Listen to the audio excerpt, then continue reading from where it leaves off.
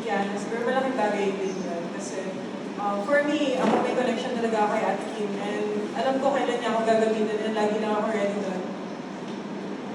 Sabi nga ni Kiana kanina paglabas namin, sabi niya, DLSU feels daw. Sabi ko, oo nga, no?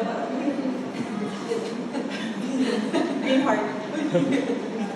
For Coach Raul, medyo naging mahirap din po yung mga nakaraang buwan para sa inyo. Maraming ups pero may mga down din. Itong win na to, Coach, gano'n siguro kaiba yung pakiramdam nito kumpara sa kahit anong panalo. Kung ba may extra special ba na creamline, 5 sets at totoong all-around performance ang binigay niyo?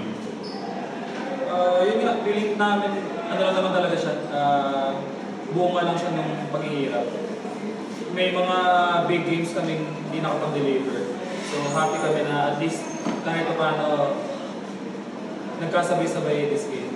Ayun na lang, bonus na lang talaga din nga na gano'n yung nilaro namin with the defending champions.